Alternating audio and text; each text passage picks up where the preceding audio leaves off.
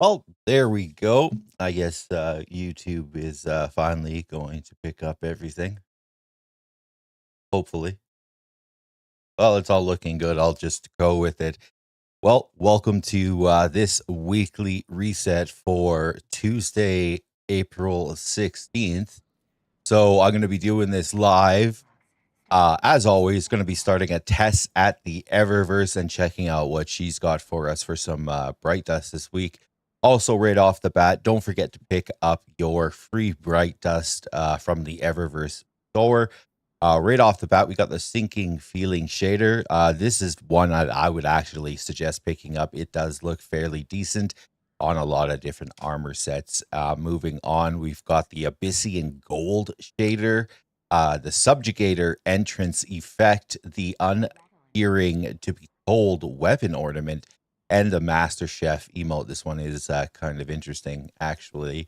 Next up for some more Bright Dust this week, we've got the Riven projection, Ghost projection, the internal combustion weapon ornament for the Lament, the Open Sky Tourer vehicle, the Sparrow, the Halcyon Corvette ship, the Bel Air shell, Ghost shell, the Future Facing Plate Titan, that's the Universal ornament, the steepled stare. Okay, sure. Kind of just sits there staring at something to happen. All right, next up, we've also got the Harpy entrance transmat effect, the Signal Process transmat effect, the Reef Shimmer transmat effect, as well as the Springtide Faint shader, the Irradiant Chariot shader, the Golden Age wine shader. Actually, I do like this on a lot of different pieces. It's not those bright colors. It's fairly decent. Moving on, we've also got the Deep Sea Jaunt shader. This is another really decent one. Moving on, let's go check out what Banshee has for us today. As always, the subs and the likes do help. You guys want to hit that, greatly be appreciated. Next for Banshee, legendary weapons, we got the Lunanauta combat bow with rangefinder golden tricorn, the Cartesian coordinate fusion rifle with lead from gold and thresh, the annual skate hand cannon with outlaw multi-kill clip, the syncopation pulse rifle with Zen Moment and Vorpal, and the Palmyra rocket launcher with ensemble and chain reaction. Let's go and take a look at what Ada has for us this week. Take the easy way down there. Hopefully it doesn't take too long to load in. I don't think there's very many people in the tower, so all right, on up to Ada and see what she has for us this week. Usually in my other videos, I cut all this traveling stuff out, but like I said, going to do things a little bit different, see how it goes. All right, so this week, the armor set for the Titan is the Mimetic Savior armor set. As always, you're not going to pick it up because it's got the most amazing stats in the world. If anything, you're just going to pick it up for the transmogging purposes. Next up for shaders, we got the Cinder Shar shader, the Echo of Io shader, and the War Cult Rain shaders this week. All right, so also to point out, the Nightfall this week is Hypernet Current. It is double loot for the Nightfalls, so I will definitely be doing a lot of that. The raid this week is Root of Nightmares, so make sure you're jumping in there and doing that. The dungeon is also Ghost of the Deep, and the mission is Vox Obscura. Moving on, let's take a quick look at what Bungie has for us for the patch notes this week. Just take an open. No, I seen it in here. Where is it? There it is.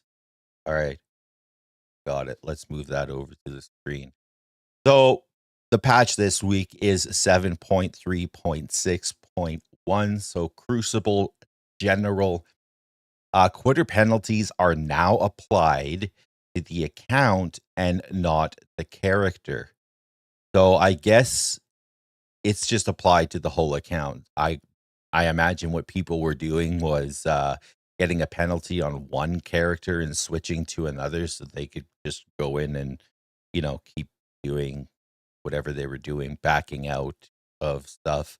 Many times I've gone in and a team is sweeping, and everybody will just leave. You end up with only two guardians in a match, and you just feel amazing. So Iron Banner increased the drop rates of Tusk of the Boar. Wow. Not that it wasn't, really fair or, we didn't point that out. But yeah, Tusk of the Boar and the multi-mac for players to have not acquired them. Thank God, Bungie, because I think it took like 2 days to get that to drop. So thank God you fixed that. So into the light. So Onslaught fixed an issue where players who missed the portal back to the main combat area remain stuck for their duration of the purchase phase. So I did hear of that happening with some people. Instead of, they were in their menus looking at the loot that they got inside the boss area, and other people would go back to the main area through the portal, and another person would get stuck and wouldn't be able to purchase anything until it pulled them. So also fixed an issue where Onslaught was showing the Trials of Osiris symbol when selecting the activity. Well, that's kind of embarrassing. I don't know how that ever happened. PvP might just be the maps. Maybe they didn't code the maps properly. Who knows? So exotic missions. So the Whisper fixed an issue where only the player breaking an oracle would get rewards. That kind of would suck too. Only one person breaks the oracle and one person gets the reward. I didn't actually hear of that, so glad it didn't happen to me, but that kind of sucks happening for other people. Also fixed an issue where the player breaking an oracle could get more rewards than intended. You get nothing, I get everything. Haha, sucks to be you. But yeah, glad they fixed that. So gameplay and investment weapons fixed an issue where the player could get unlimited uptime for the Cascade Point perk. That was one that I heard, unlimited uptime for Cascade Point. I would take it. Come on, Bungie. It was working. It looked good. So some UI fixes. So Fireteam Finder fixed an issue where creating a Fireteam Finder listing for the Vanguard Ops playlist would launch a random activity from said playlist. Right on. So General Fix fixed an issue where interacting with Shaxx or Shaxx's hologram in the Hall of Champions would play the wrong character animation. Well, I'm pretty sure Shaxx is still playing all of his character animations for PvP, seeing that he's still telling you to throw more grenades and all that other stuff that Shaxx usually says. All right, everybody. So that is this week's reset. Appreciate everyone checking it out. Hit that like, hit the subscribe buttons. Again, we'll be live next week, and I'll have this week's schedule posted here shortly. If there is any of the exotic missions, quests, raids that you guys are looking to do, rate in the Discord, rate in the YouTube channel, hit up the Discord. Let us know what you got on the go. Come join us. Everyone, until next week, be safe and take care.